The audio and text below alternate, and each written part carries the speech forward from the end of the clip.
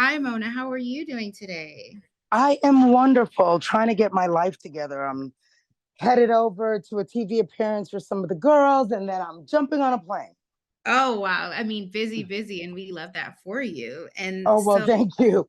My I'm body may say a bit different, but I appreciate it. oh man, but you're hanging in there. So I want to get into this interview. I'm so excited to be speaking with you today. And before we go any further, I can't imagine too many people who don't know who you are, but just in case, we are here with the Mona Scott Young, TV producer, entrepreneur, executive, all of the good things. How are you? I'm actually great. It's like an incredible time. I'm doing what I love, and I'm not falling apart while doing it. So what more can a girl ask for? No, I'm having a great time. I'm doing great. Absolutely. That's awesome. So I'm excited to get into this because as someone who listens to R&B on the regular, including artists who you have worked with and are Mhm. still working with, and we'll get into that for sure. You've been in the game for so many years. And while I'm going to keep this interview mostly music related, because we're going to talk about the tours and everything that you have going on, I would be remiss if I didn't ask you about the Love and Hip Hop franchise and where you are at this point. Did you ever envision it becoming as successful as it's become? I say all the time, no, I'd be lying if I say I did. When we watched that first episode, I knew there was something special there, but I think it just came at the right time in, reality television where people were hungry to know every single thing about, artists and celebrities and get that kind of bird's eye view of their lives. And it was just a combination of elements that created magic. So to see it still going strong, I don't even know what it has been now, 14 years, 15. Um, I'm always in awe. I'm always amazed. But I think, it's a testament to kind of the cast, the way they open up with their stories, the fans still loving the engagement that they have with them. So very lucky and blessed. Yeah. And I would say honestly that Love and Hip Hop has been the start for a few careers. It's been almost like a stepping stone for a lot of people. And speaking of like the beginning of careers, so you've worked with artists like Mariah Carey, Fantasia, and of course Missy Elliott. And one thing about this industry is everyone has to start somewhere. So can you Mm-hmm. recall your starting point? Like whether it was a person who told you yes or the opportunity that you made for yourself, what was the beginning for you in your journey to this point? Well, I mean, listen, there are two paths, right? Two stories that I can tell. The beginning for me personally, and then I always, remember fondly the beginning with Missy Elliott. But, Mhm. for me, my trajectory into entertainment and music was not a direct path. It wasn't anything that I'd set out to do, anything that I, really aspired to. It was more a function of me leaning into what I was good at, right? I went into a dance studio one day, saw this class taking place. There were this incredible group of sisters that had something they called stage moves, where they taught performers how to perform, how to hold a microphone, how to project. And I peeked in and saw that and was like, oh, that looks like a lot of fun. And I started taking classes. I love to dance and, really enjoyed that, and then started engaging with the ladies, the Dunn sisters, in their stage moves courses. And that put me in proximity of working with talent and artists.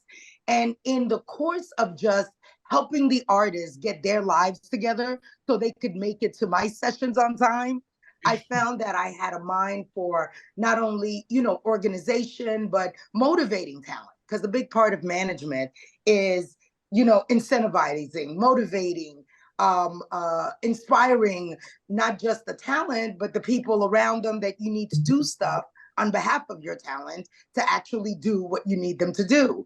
So I was like, oh, okay. And the track masters, who were the producers that worked with them, actually were the ones who came to me and said, what you're doing is management. You're Yeah. actually managing, this talent. And I was like, I don't know about that, but it's a skill and I have it, so why not? And I just set about really teaching myself about the business, learning everything I could. both from a practical standpoint. I mean, I would spend the night at the studio just trying to understand how music was made, right? The inner workings of that magic that we'd hear on the radio and on wax, and read a lot of books and talked to a lot of people, and that was really my entry point. So I always use that as kind of a tale of how anything is possible, right? Because who would have thought? It's nothing that I went to school for, didn't go to college, nothing that, I thought about. But here I am living, this amazing life and really kind of utilizing, I think, all of my skills. Yeah. And you definitely have utilized them to so many, testaments to other people, that like how you've helped their career, and you've been doing it for this long. And it's incredible just to see your journey and see how far you've come and what you still continue to do in the industry. So kudos to you for sure. Thank you, thank you. And at one point it just became about managing myself. Like, it's Mhm. great that I'm able to recognize the talent and all of the other, in my clients, and find ways to nurture that and grow that and give them an opportunity and a platform to, deliver that. But then, at one point in doing management, it was like, okay, well, what else do you want to do? Right? Yeah. What else are you capable of? What other parts of yourself do you want to explore? And that was really the transition that led me to television. I was That's fascinated by the genre. I wanted to be able to, represent my clients and help them explore those areas of their talents as well. And it allowed me a chance to tap into different skill sets that, at the time I didn't even know I had. yeah, So, yeah, it's always about pushing and growing and, evolving. I absolutely. enjoy that. And you said evolving, and that's something that I wanted to touch on. So, having been in the industry for so long, since the 90s, uh how have you adapted? There's been a shift in Mhm. music, and specifically in R&B, and working with Missy Elliott, and having started with her and been with her for so long, how have you adapted to the shifts in the Mhm. industry? I mean, the great part about working with a talent like Missy is that she's always ahead of the curve, right? And so, in order to keep up, I've got to be right there along with her. So, it has allowed us to kind of move and change and grow with the times and the changes. I mean, everything is cyclical in this business. We've seen R&B be at its height, and they were all that R&B is dead, or real hip hop is dead. And then we've seen it all come back around in newer and better forms, but just constantly, again, keeping the ear to the street, staying on top of the trends. I've got, my kids grew up in this business, so I had the, good fortune of having an in-house focus group where Yeah. even when there were things that I didn't know, I'd say, okay, guys, is this cool? Is this hot? Is this not? Who is this kid? What is the new movement? I recently worked closely with Swiss Beats and Busta Rhymes and an artist that they were developing. Her name is Scarlett. And that was like an entirely different world, because here was this young girl who, made her entire album on her own by just finding beats on the internet, right? Wow. and Yeah. and that was a different experience in putting together that project, because usually they're going into the studio with the producer and they're working on laying tracks, and she just went out and got all these beats and did her album herself. And even the business of it was Mm. very, very different. So for me, it's constantly about staying, hopefully, what I hope is one step ahead Mm. of the curve and the trend, but also remaining true to the music, right? Yeah. Because we've watched TikTok and social media create stars that were, talented, but didn't have the resonance and Mm. didn't have the staying power, because social media is very immediate and Yeah. and very what is the Fleeting. word I'm looking for?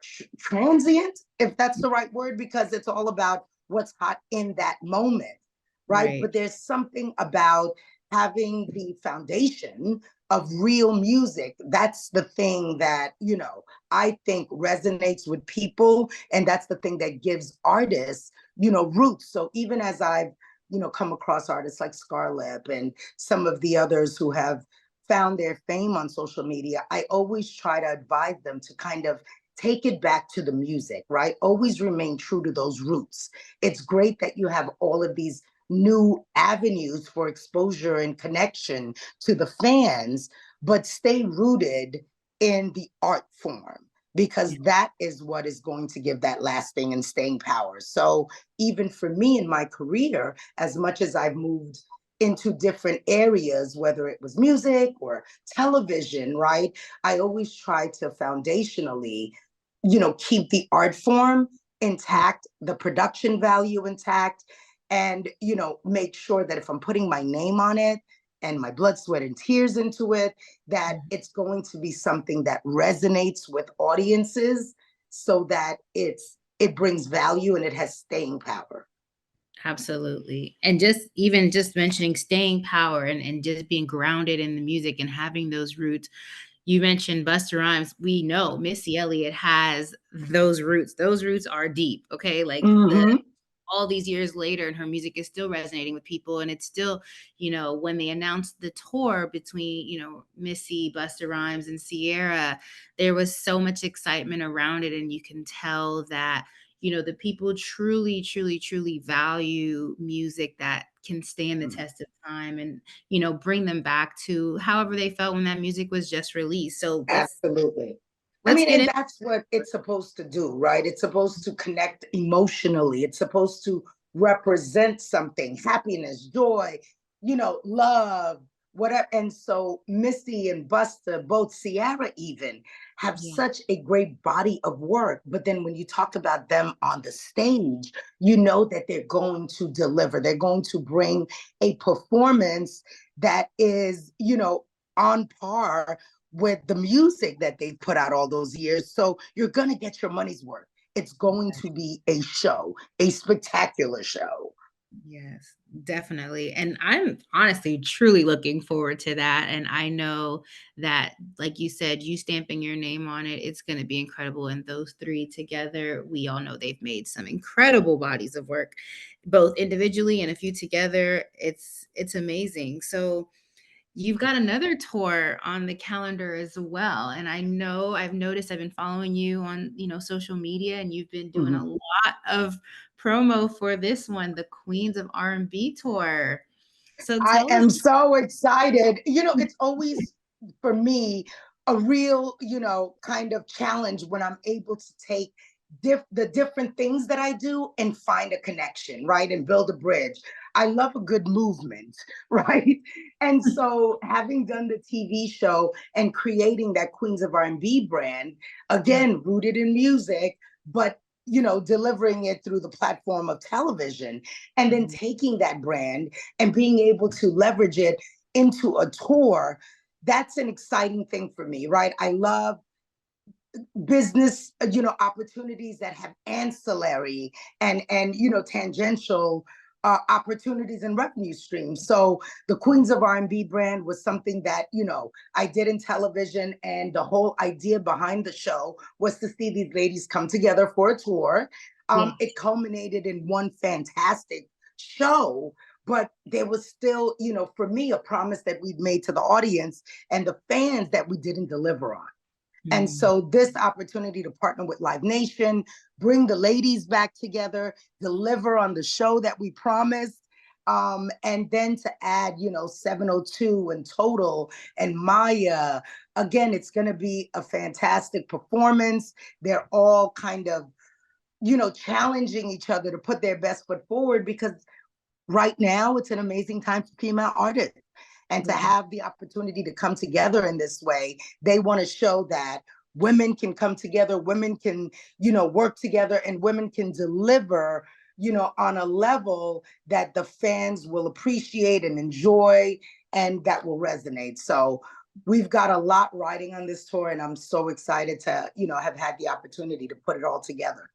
Definitely. And you honestly started answering one of my next questions, because, you know, just being able to have all of these iconic and incredible women together for a tour, what, like, can you kind of expand on the significance that it means for just the culture and for R&B to be able to experience all of these women on stage at the same time?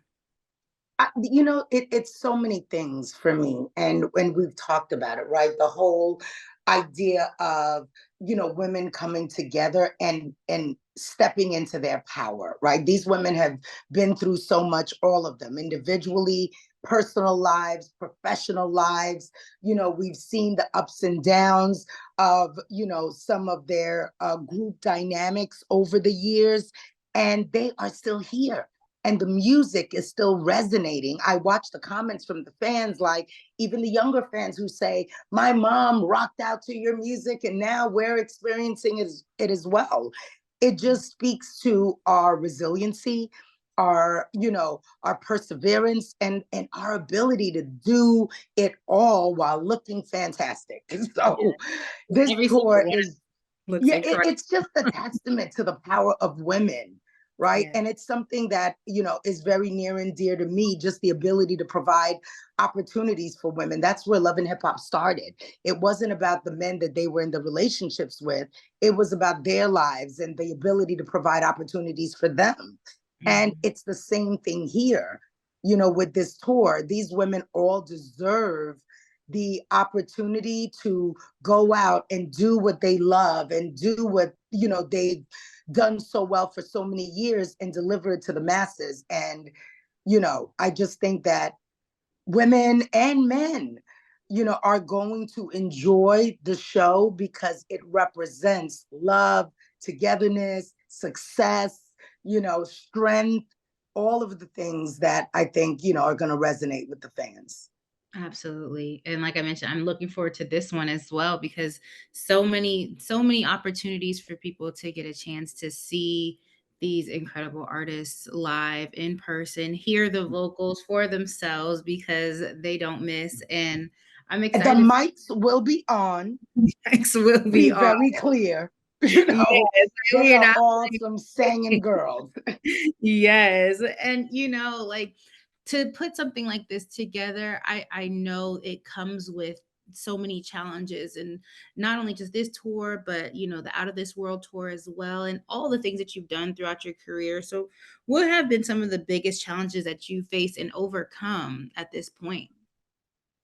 I mean, listen, with the tours themselves, we all know that for Queens of R&B, Xscape and SWV were not in a great place at the end of the show.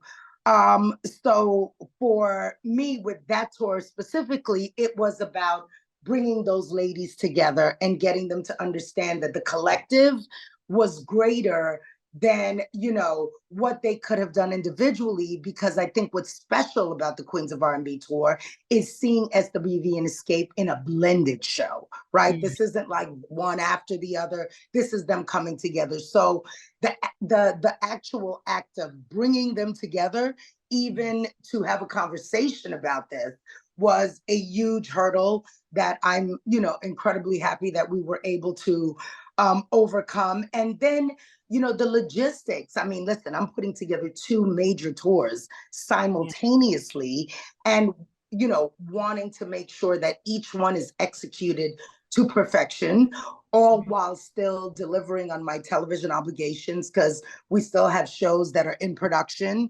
I also completed a movie with Jussie Smollett and Vivica Fox called The Lost Holiday that just got accepted into ABFF.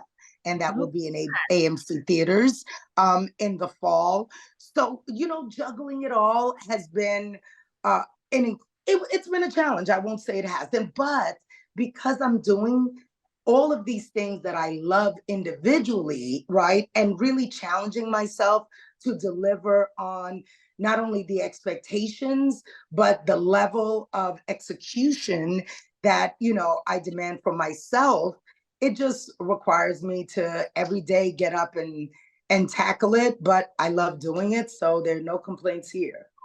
yeah. No, and I love the fact that you're able to blend, different worlds together seamlessly, and to, obviously it's not quite seamless, but from our perspective and from our point, it's it looks great. You do them flawlessly. So, Well, thank you. Missy said to me the other day, "How on earth are you doing this?" Because, she is very, very heavily involved in every single element of the show. And I'm right there with her, every call about every single detail.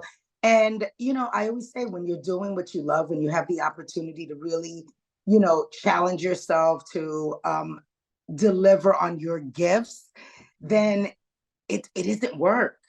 Yeah. It just isn't work. I love what I do, and I feel incredibly blessed to have the opportunity to do it and to move in so many different arenas simultaneously. Yeah. That's, an incredible blessing. Yeah. And how do you balance just everything between your creativity and the business side of things and your work, especially collaborating with such high profile artists?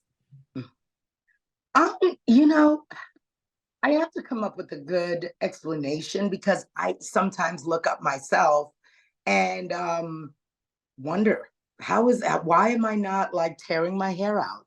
Why am I not? And again, I think because I'm just excited to deliver on all of this stuff, right? I know what we're working towards. I know what this end result, or at least I have a vision for the end result. So I kind of put blinders on and compartmentalize to some extent, right? When I'm in TV mode, I'm in TV mode. And I have the calls with my team and I, talk to the talent from the shows and we conceptualize. I'm pitching to the networks and I'm in that zone.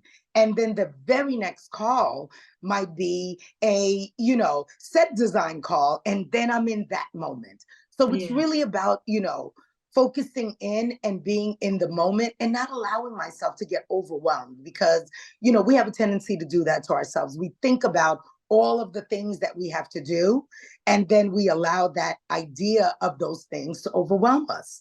But when I finally get around to writing that book, right, I titled it Life is Like a Traffic Jam because I always say it's like being in a traffic jam. You're looking at it from the outside, right? And you're going, oh God, I'm never going to get to where I'm going.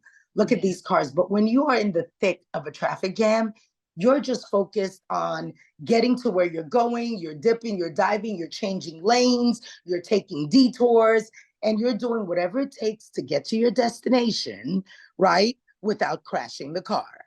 Yeah. So it's a little bit of that. When you're in it, you just have to be in it. You've got to be focused and you've got to be clear.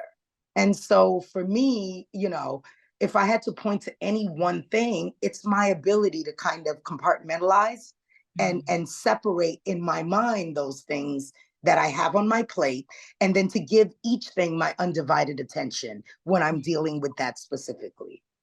That's awesome.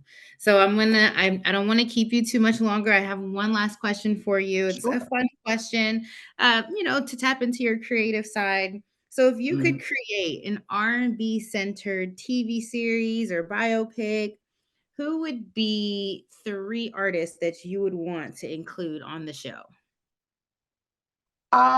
Let's see, a biopic or a TV centered.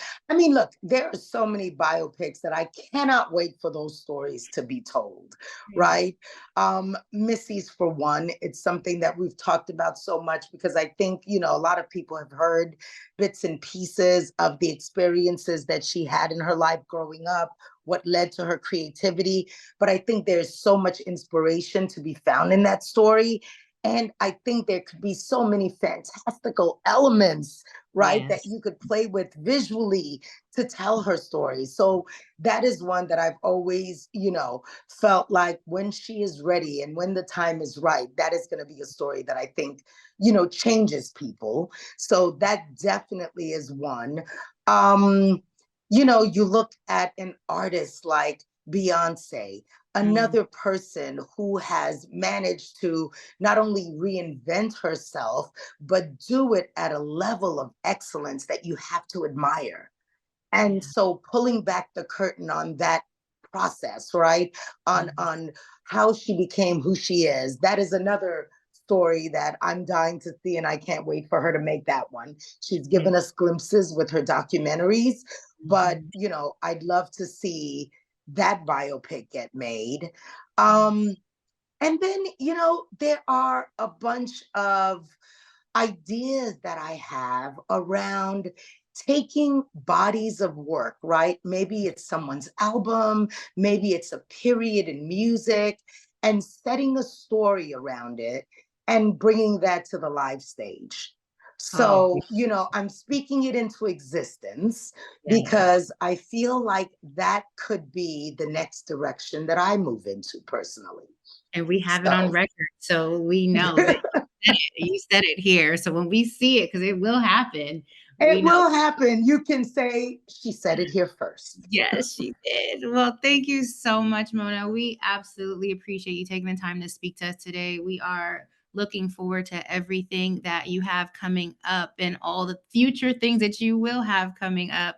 And Thank we're you. Thank you. honored to And speak with you today. And listen, I do not want to get off without saying to, the listening, I don't know if this is an audio or a written, but, what's important when we talk about, the artists that we love and the music that we love having staying power, that staying power requires support, right? Mm, Support from the fans, support from the audiences, and support from the consumers. So, yeah. we have a hand in what we have available to us as entertainment, right? We have to go out there and support it. So there's so many tours out there. These are two fantastic tours, if I say so Yeah. myself. And so, I want to be able to, make sure that all the hard work that the artists are putting into it, that the fans come out and enjoy it and see it, because you will get your money's worth. So, Absolutely. please, livenation.com, support the Yeah. tour. Absolutely. When they come to Atlanta, I will be in attendance. So you have at least, at the very, very, very least, I'll be there. Beautiful. I love it. I will see you there. All right. Have an amazing weekend and thank you again. Thank you so much. Bye bye. Bye bye.